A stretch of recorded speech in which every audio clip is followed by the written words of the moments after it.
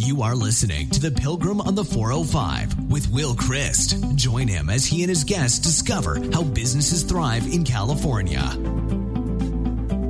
Well, good morning.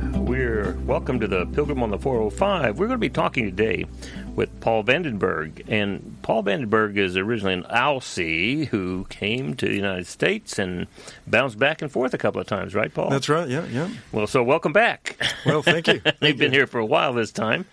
And Paul and I are going to talk today about this whole notion of how we move from being the founder of an organization or an organization that is growing, becoming much more complex, and in this time of difficulty finding full-time people, and at the same time difficulty finding people who have expertise in certain areas where our businesses need to grow.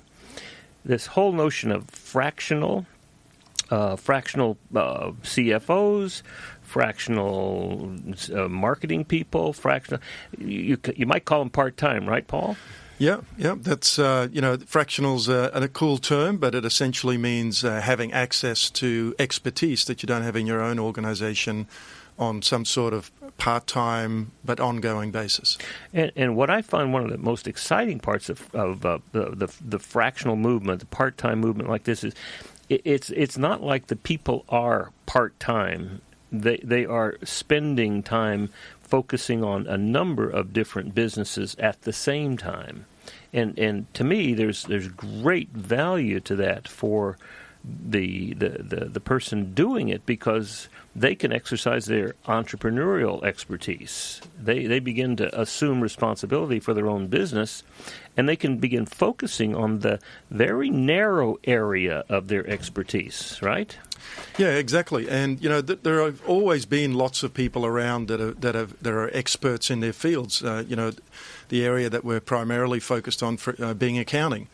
But when you got somebody in as a part-time or fractional CFO who had that real expertise, like I did when I first did my first startup back in the late 80s, the trouble was that those people didn't have the information about the business at their fingertips to be able to provide really good advice or real in-depth advice.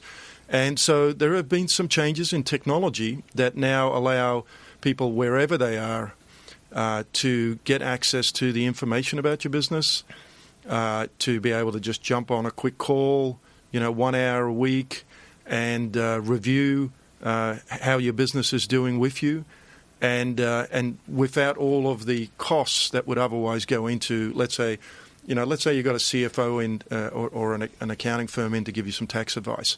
Well, in the old days, they would spend 90, and in some cases they still do today, would spend 90% of their time going through your books, which are usually in a horrible state, and they spend 90% of their time trying to clean up the books and make sense of your numbers, and spend a very small fraction of the time actually being able to give you any real advice. So that's why in the past, small and growing companies being able to take advantage of tier one expertise like the big companies can hasn't been viable financially. Well, what I find fascinating is as I'm growing my business, there's a need for marketing, just the marketing behaviors. And I could go out and hire a full-time person, bring them on board, 90 days of training, this and that and the other, and probably at the budget level I can expect, I'm not going to get an expert in marketing. Right. On the other hand, what I have found is I have a marketing expert from Toronto. He doesn't spend all of his time working, but the time he does spend is very effective. And I find that a very creative way to get the marketing task done without having to hire a full-time person. I mean, that to me is something that I guess started off back in the 90s as with that when a lot of senior executives were let go in that leaning up time when corporations were leaning, and then here when they went home. To figure out for a while what they wanted to do, here was this personal computer. And they were able to generate their own business through that computer. And now it simply that whole notion of I can run my own business and focus exclusively on the areas that I am an expert in and also happen to love doing. That's a huge difference. And in areas like marketing, it was one of the first areas to really jump on that outsource fractional resource bandwagon, and they were able to do so because they didn't really need to be involved in the integral parts of your business, right? They're really on the periphery of your business, although that's changed with digital marketing. But again, the technology has changed so that if you do have a company that's doing digital marketing for you, like the company that we work with, they're in Thailand. They maintain all of our websites. They do our SEO. They are tied in with our in-house, the in-house management of our Salesforce CRM system, and they're involved in the whole digital marketing cycle. And doing digital marketing 20 years ago or 10 years ago isn't something you'd have been able to do remotely because, for example, your CRM information wasn't available online in the cloud in real time. Now, most people are using a CRM system like Salesforce. That creates the platform for the CRM system. They can use an online tool like Marketo that integrates with your CRM to do the digital marketing. And you're right, it can all be done remotely. It's a case where a new cloud technology is enabling on the framework of the internet is enabling that whole idea of fractional resources, fractional expertise being part of your team. Yeah, it's interesting to me. I mean, in starting my business, I said, I began to talk to my marketing guy after I had 12, 13 clients. He said, well, let's begin to use LinkedIn, which is going to put us into a national or even a North American environment. And here I have people from Staten Island and Dayton, Ohio, and they're very interested in me helping them. I thought for a moment that I was going to have to get on a plane, but now I realize I can train them remotely. Yeah, and the other thing, so that's obviously enabled by technology. The other strange thing that's happened out there in the marketplace is if you get a trusted referral or introduction to your clients, to prospective clients, there's no longer the need for this FaceTime. People have moved on beyond that. What we do is we help manage people's back-end accounting and financial operation systems. We have clients that are across the 405 freeway from us or on the other side of the country from us, and we've never met these people. So we've been introduced through a trusted referral from a CPA firm that, hey, these guys, Catalyst 180, they're the experts in their field. They've helped our other clients. Talk to them and see if that makes sense. And in all those relationships and all the work that we do, it's all remote. None of our people travel. And in fact, the times we do see them is at a local conference. I was last week at the Construction Financial Management Association conference in Vegas, and I got to meet a whole bunch of customers and people in the industry that you wouldn't otherwise meet. Yeah. Well, so tell us a little bit about what your business does. So, yeah, at its basis, we help businesses go through the transformation that they need to address the growing complexity or just pure growth in their business. So it's strange today that, I can order my dog food right now from Amazon, and by the time I get home at the end of the day's work, that bag of dog food's going to be sitting there. Now, the people, the process, the technology to make that happen has all been transformed to be highly efficient. They capture the information at the source. All the systems and processes have been really transformed to be highly frictionless. That's my other F word. It's fractional and frictionless. So highly frictionless, and yet when you're a small business owner that has a business that's complex, where you can no longer be in the business and working in your business, and it starts to get that little bit too complex for you, or you get a high volume of growth, you no longer have visibility to what's the status of your cash flow and your cash commitments? What's the profitability of these clients? You end up having to get somebody running around with spreadsheets. That information isn't there because we're still using the same. Most organizations are still using the same technologies and the same tools, mostly Excel, to extract information about the profitability and the operations of their business. And so what we do is, we let people know, hey, there's a different way to do this. We can automate everything else. There's no reason why we can't automate your business. And we help them go through that transformation journey. And it isn't just about buying a piece of software. It's not just about changing and implementing a process. A lot of it is about the people. And it isn't something that can just happen overnight. Well, so that whole notion of being able to it certainly sounds like what your process is valuable. In order to find that in a business 20 years ago, we'd have to hire a full-time CFO or a financial expert to do all of that, right? Yep. Or you'd bring in a management consultant, and they'd come and help you try and re-engineer your processes, because the processes and the technology and the people you have today aren't going to get you to the next level. And how do you make that? How do you transform so that you do have a financial back office, a financial back plane? That's not just the accounting to produce financial statements, but help you understand the financial data for the operations of your business. And it seems to me that in the previous incarnation of business consultants would come in and spend a lot of time understanding and then moving that back to training the group. And in what I'm hearing from you is you don't spend a lot of time doing that. You come in, and when they are ready to execute, you're ready to execute because you have a process that is already in place. Right, and this is the frustrating thing about the old way that things used to happen. So in the old days, you'd have a consultant come in, and they do what I like to call, they'd ask to borrow your watch so they could tell you the time and charge you for it.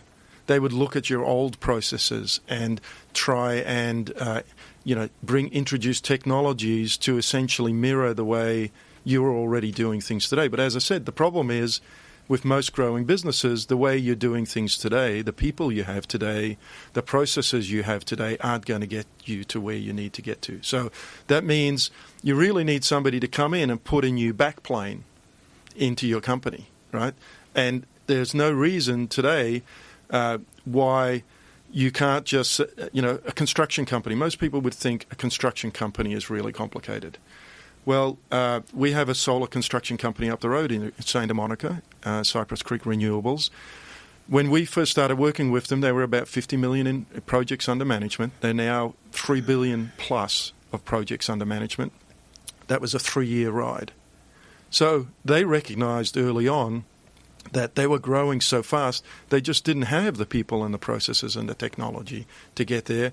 And so, we were able to say, hey, here is the design, the standard design for how a construction company is going to operate. We introduce the toaster and we show them how to make toast.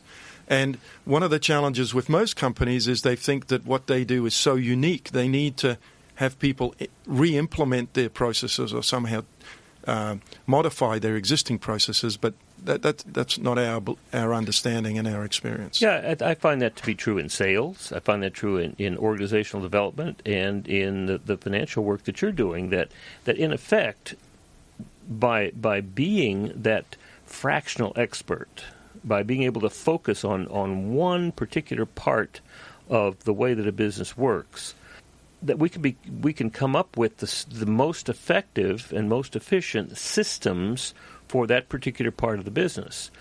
And what we're really doing is we're not conforming that system to the business. We're conforming that business to the system.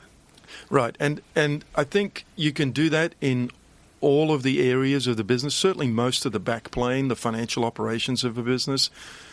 You generally can't do that in that one area where you as a business are trying to be unique and differentiate yourselves. If your differentiation is around your product or service, then sure, sales, marketing, all the digital marketing, it's all very similar in terms of the way you execute. So all of those peripheral functions in your organization can be essentially built or implemented on a standard model, and you only really focus where your core expertise is, where your core differentiation is, and that often will need or will need a highly customized and specific way of delivering that service or product. But for the rest, the rest of the functions in the organization, it's a lot more cost effective to buy off-the-shelf commodity software, standard designs, industry designs, and to leverage standard fractional expertise that's available. So I'm going to challenge you about that commodification. It seems to me that, what we talk about in EOS, the Entrepreneurial Operating System, is we have a tool we call Delegate and Elevate. And what we do is we help people to get really clear about those things that they are doing that they're not good at and they don't want to do. Yep. But we also help them to get clear about the things that they might be good at but they don't want to do. Yep. Now, they're not going to be very productive when they're in either of those categories. When we can help them to identify what you might call their unique ability, the things that they really like doing and that they're good at, or maybe even love doing and are great at, their productivity goes way high. Now, I don't see that as commodification. I see that as building their unique ability, which is that kind of unique thing that you're talking about a company providing. We don't turn and give that delegate that to somebody who doesn't want to do it. We assign that to somebody who is good at it and wants to do it. Now, it seems to me that's where you're talking about finding that outsourced fractional company or person, and that's not commodification. You don't buy an off-the-shelf financial program. You don't buy an off-the-shelf sales system. What you do is you find the absolute best one that you can find and then let them do that particular part of your business so that you can focus on the things that you do really well and love doing. Is that right? And you're right, and I shouldn't downplay what those other functions do for a company. But in my mind, by commoditization, I'm saying it's out there, it's readily available. Mm-hmm. It may be somebody that's moved to Montana because they don't want to live in Southern California anymore, or for personal reasons, they go out there for family reasons. One of the people on our team, moved back with her husband to Arkansas so she could be with her family for family support. And so, it is. I probably shouldn't call it commoditization, but I guess it's readily available. The technology is readily available. The expertise, the standard processes and designs, it's available either off the shelf or by going out there and looking for that expertise. It's out there, and the key is to, like you say, to free up the people in your organization to focus on what their core expertise is. And to me, what I see changing is that where one time we were limited by geography, I would really love doing this over here, but there's not anything that's available right now. I don't have a job that I could do that in, so I guess I'll just have to do this in order to get a paycheck. That means I'm doing something I really don't want to be doing. My productivity's down. However, once we get rid of that geographical limitation because of technology, now the real key is not, do I have a person to sit in that seat, but do I have somebody who, number one, wants to do the job, and number two, has the capacity to do it, and they are able to, they're good at it. And when we have somebody who gets where we're doing, what our company is about, they want to do it, and they are capable of it, that's a whole different kind of person. And it works for both sides of the equation. It lives instead of not commoditizing, but instead of the whole mediocrity of that scenario you described, where somebody is now working to live. They end up in a situation where they end up commuting for hours and hours, particularly in Southern California. Mm-hmm. That negatively impacts everything about their lives, and so we as employers get people that may be settling and are generally just unhappy, and that impacts your work. I mean, some of the most miserable times in my life are where I've been in a job where I wasn't happy, and I wasn't smart enough to leave sooner rather than later. Well, I was courageous. Weren't courageous enough. Have confidence in yourself to be able to, and I think that's one of the things that we're being able to share with people is that because of technology, we can begin to get a very narrow expertise, and we can begin to monetize that. And I think that's what's tremendous, a tremendous advance. And when we can begin to share with people, I mean, for instance, out in Riverside, my wife is doing this outreach program at St. Michael's Church. Here she has homeless people coming in. Some of them have homes now, but they were homeless at one point, and they're beginning to put their lives together. And she's asking them, well, what do you really love doing? And she's got a couple of people who love making pies. In fact, we discovered that the best pie we ever had in Arkansas was at Say McIntosh, which was a barbecue place there. And we discovered the fellow whose mother made all those pies out in Riverside. And he said, I love making pies. Another couple of women said, tamales. We love making. Well, they are going to be selling those this Christmas. And just that focused area that they love doing, they're very good at, they're going to be making money doing that. And it seems to me that helping people to get really clear about what they like doing or even love doing, and then helping them to discover how to market it, how to find somebody who wants that. That, to me, is where we're really making the progress with this, what we're calling the fractional economy. Yep. And, I think overall, like I said, it benefits both sides of the equation. It means that as a small business owner, the ones that we've worked with, they may have plans for, expanding their business, acquiring other businesses, and they've never really had the confidence of being able to make those kind of investments. And knowing, most businesses, when is the right time for me to hire the next person or to expand into a new location? So the major issue that almost all small business owners have is they just don't have good visibility to what the real profitability of their business is, what the real profitability of their key clients are. They don't understand how their business works from first principles. They have a gut feeling. They work to these standard metrics like, well, I should quote with 30% margin, and then, I should focus on these billable hour targets. All these kind of things are just standard metrics. They don't have the hard data that they need to really be able to run their business. Let's take a break right here and come right back and talk about some things that I've found in my clients that they really need right now. So let's take a break and let's hear a word from our sponsors.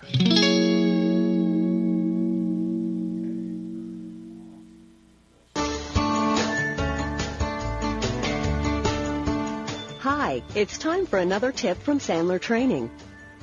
Traditional sales training teaches techniques on how to eliminate stalls and objections. Some are fancy sales moves, while others are programmed responses. Sales is a conversation, and I don't know how you can memorize every possible response for every sales situation. Also, the prospect has usually heard these responses before and has been turned off by some fancy sales move. When you really think about it, the only person qualified to address the stall or objection is the prospect. Ask the right questions, and you will eliminate stalls and objections. And that's another tip from Sandler Training, finding power through reinforcement. So we're going to continue our conversation with Paul Vandenberg. We're talking about the change that we're seeing in business today, where a business owner doesn't have to hire a full-time person and then train them to fit into their organization and help them develop expertise. Today, what we have the opportunity to do as a small business owner is to find those people who are already experts and who are available on a part-time basis, a fractional basis, to do specifically the tasks that we need to accomplish. So, Paul, one of the things that I was speaking with one of my clients last week, we were talking about some manufacturing company, $18, $20 million manufacturing company, and they were having difficulty understanding, as they got more complex, understanding exactly what it was costing them to build their products. And they began to call it cost accounting, absorption rate, things like that. I'm not a financial planner. I'm not a financial expert. So tell me about what that would mean to a manufacturing company. Well, and it's any company that has, what I like to call a long cycle for getting their product or service through the order to cash and procure to pay cycle.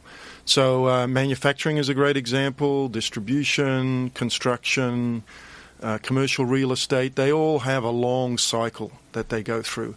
And during that long cycle, generally, they will have an accounting system at the back end, but it's usually catching information way after the fact. Even for a long transaction, a long cycle business, they're catching information way after the fact. So when somebody makes a purchase and decides, what do I need to purchase to make a product, or what do I need to purchase to deliver a service, there isn't real-time visibility to the financial commitment that the company's made. Mm-hmm.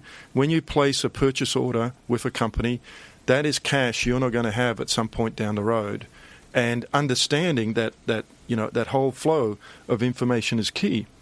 So the main problems that we see are, one, that all the information that you need to capture isn't captured at the source. You see UPS and FedEx these days, they make sure, and they started this years ago, they were one of the first ones, capture all the information at the source. Don't have somebody in an office somewhere that ends up looking at a piece of paper trying to figure out what that piece of paper or what that scribble or what that information that's on there actually meant.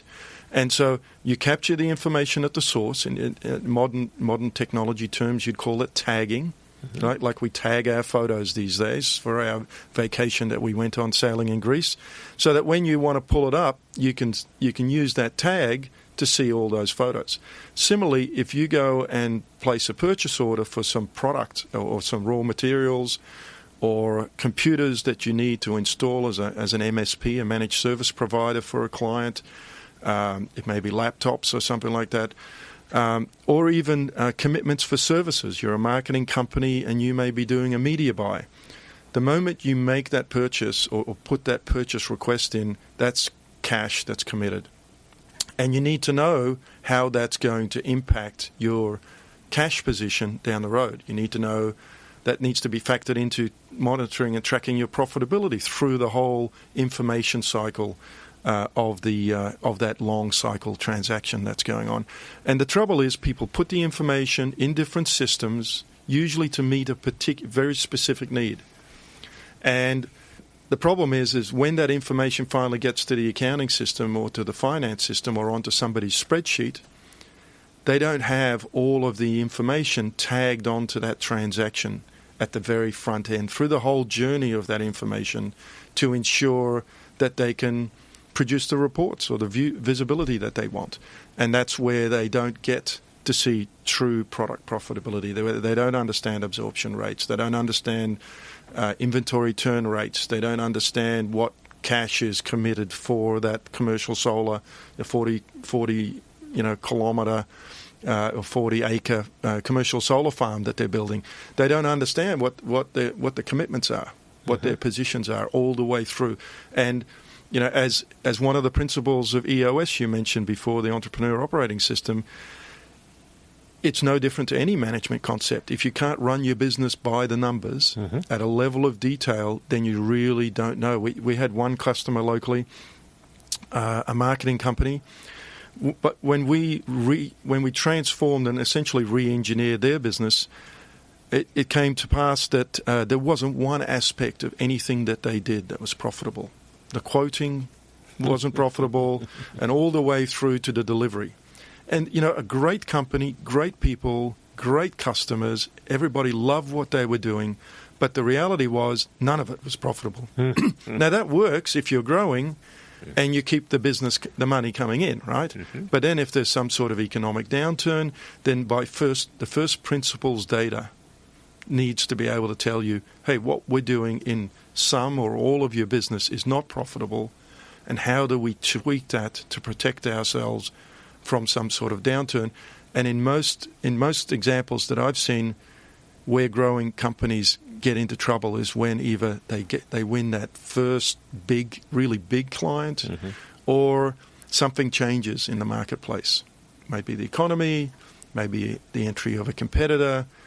And when they get hit by that, if they don't have a foundation of a business that's running profitably by the numbers, then they're going to come a cropper.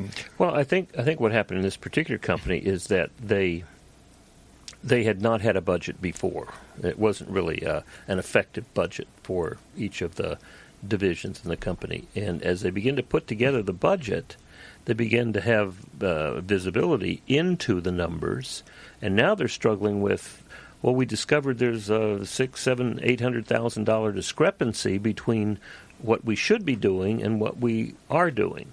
That, and it doesn't fit with the cash position, but their cash position is going down, and so they're struggling with how do we find out what's going on. So it sounds to me like what they were talking about was, it's an absorption rate. We don't understand the absorption rate. We don't understand the cost accounting system that we have.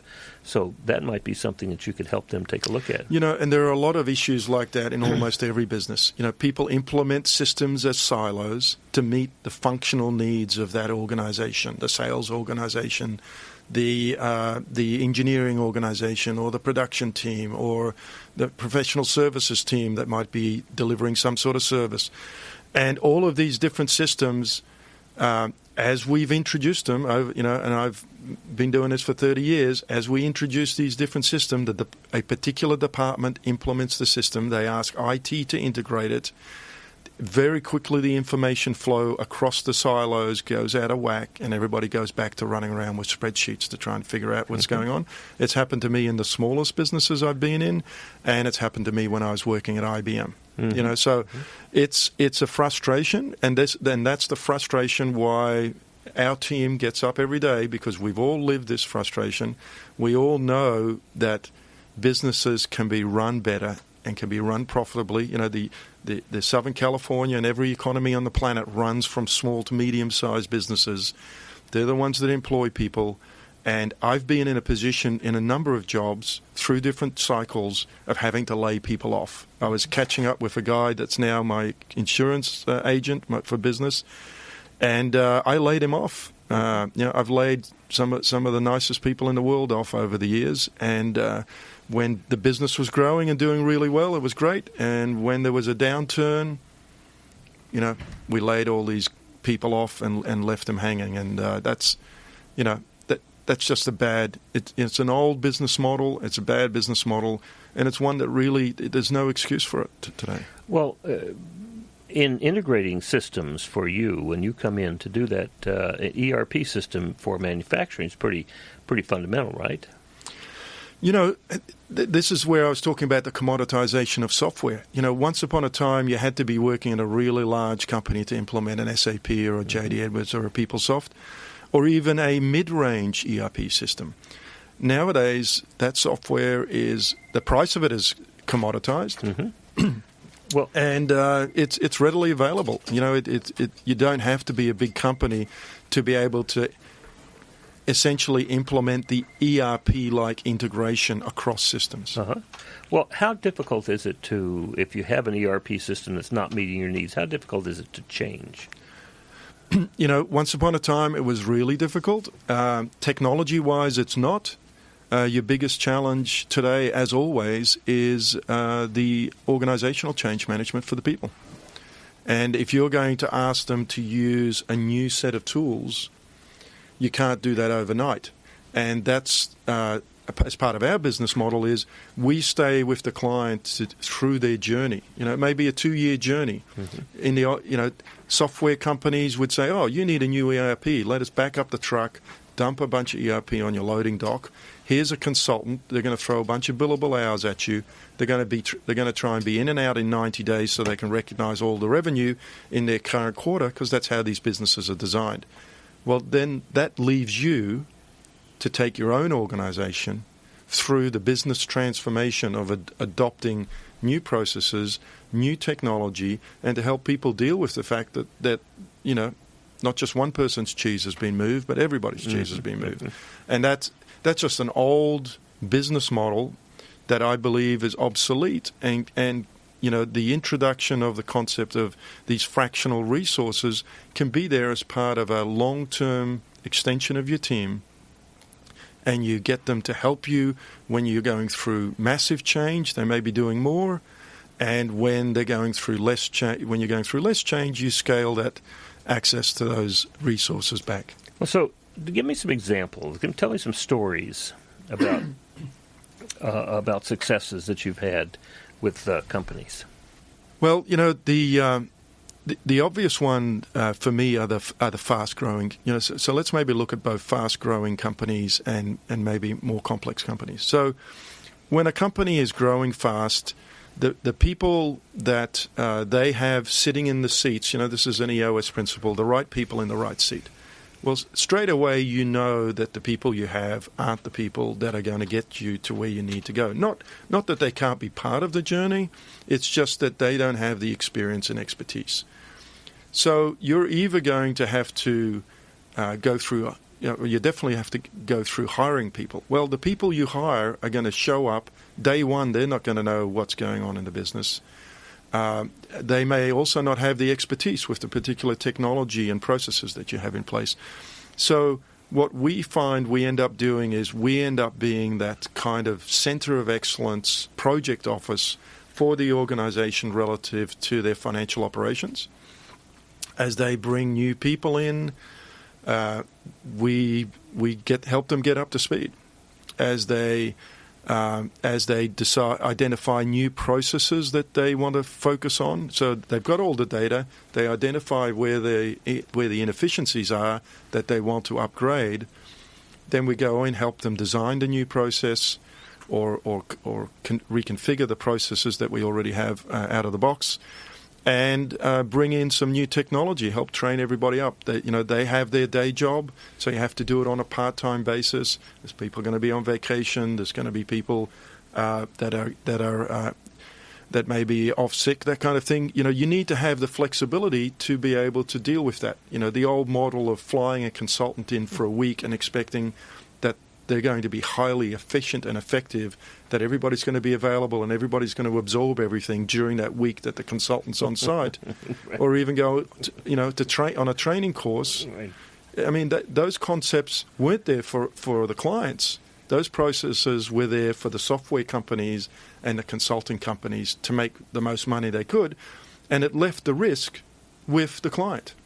The software company doesn't carry any of the risk for the software not being used to its optimum value. And the consultants, when they run out of their billable hours, they say, well, that was your fault. That Joan was off sick and somebody's mom had a car accident and they weren't there, and the internet guy hadn't connected the internet. And so you don't get the full value from those services.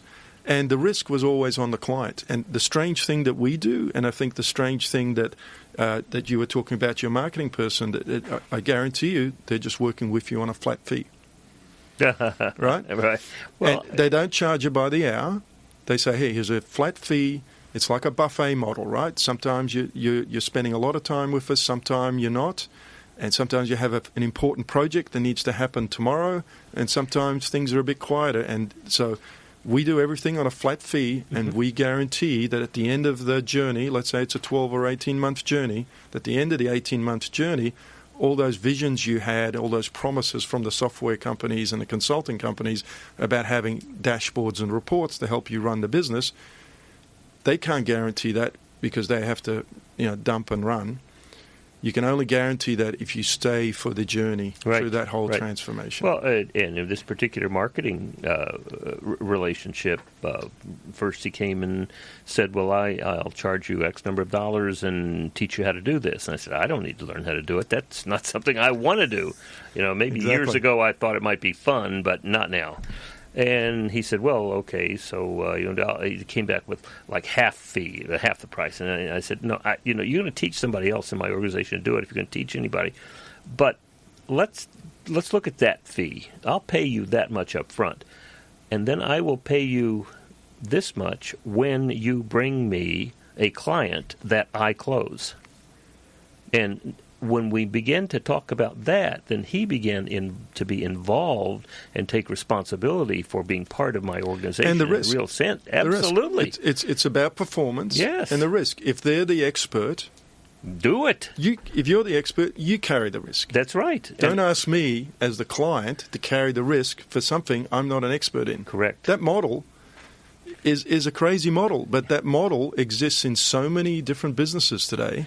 But that's what I think the big shift is in this fractional focused work, because when somebody is the expert and can actually make things happen, then they're golden. And that's when people really begin focusing on what can I do that makes my work excellent and highly productive. And when we get in that relationship with, you get rewarded for results, not for time spent.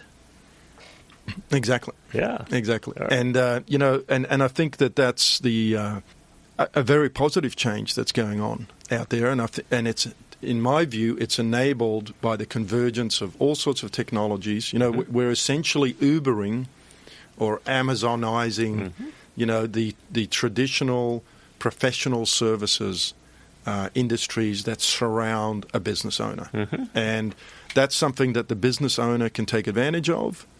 And it allows them to look at the changing pressures. One of the biggest pressures is just the business cycles that are accelerating out there. When I was first involved in the automotive industry and working with software to do software configuration change management for the automotive industry, a car was, it was a 9-year cycle to bring a new car out.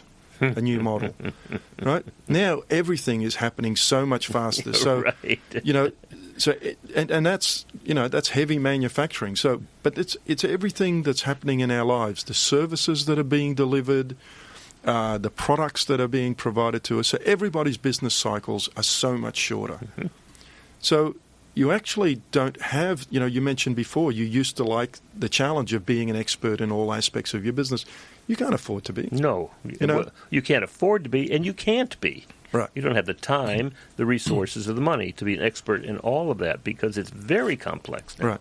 So you have to go narrow and niche, and the people surrounding you need to bring that niche expertise at an affordable price. Yes. So most small businesses can't afford to have a CPA doing their books, right? And they expand into some new business area, and in some cases you need CPA level expertise. Yes. And so, lawyers have maybe been, the model in the past where you've been able to hire expertise, but because of their billable hours, they've always had to be really expensive, right? Yes. And now you've got a legal Zoom out there, changing the whole game. You can get access to all the standard documents and filings.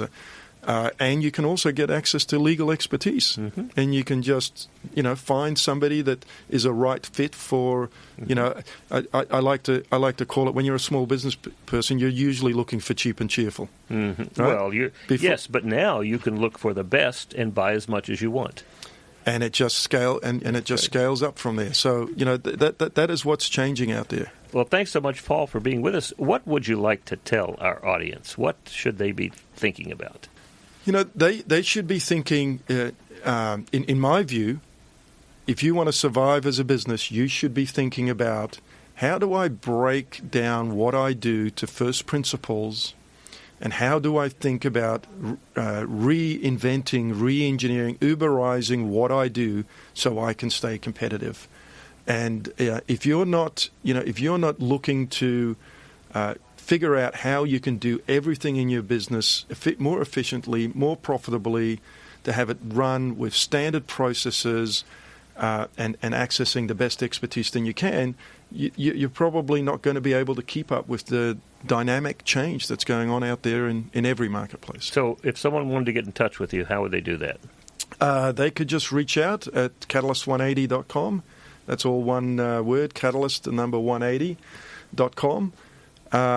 And just drop us a note there, and if what we're doing is not a good fit for your business, then we'll direct you to somebody else that can. One of our core principles is don't go in trying to do something for people if you can't be the one to guarantee their success. So that's Jim and I, he's my former CFO at a previous company. We've both broken out of the traditional businesses that we were in for software and services.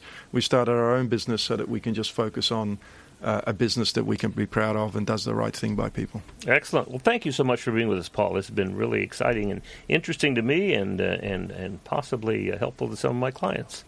So this has been the Pilgrim on the 405, helping businesses in California thrive. You've been listening to the Pilgrim on the 405 with Will Christ.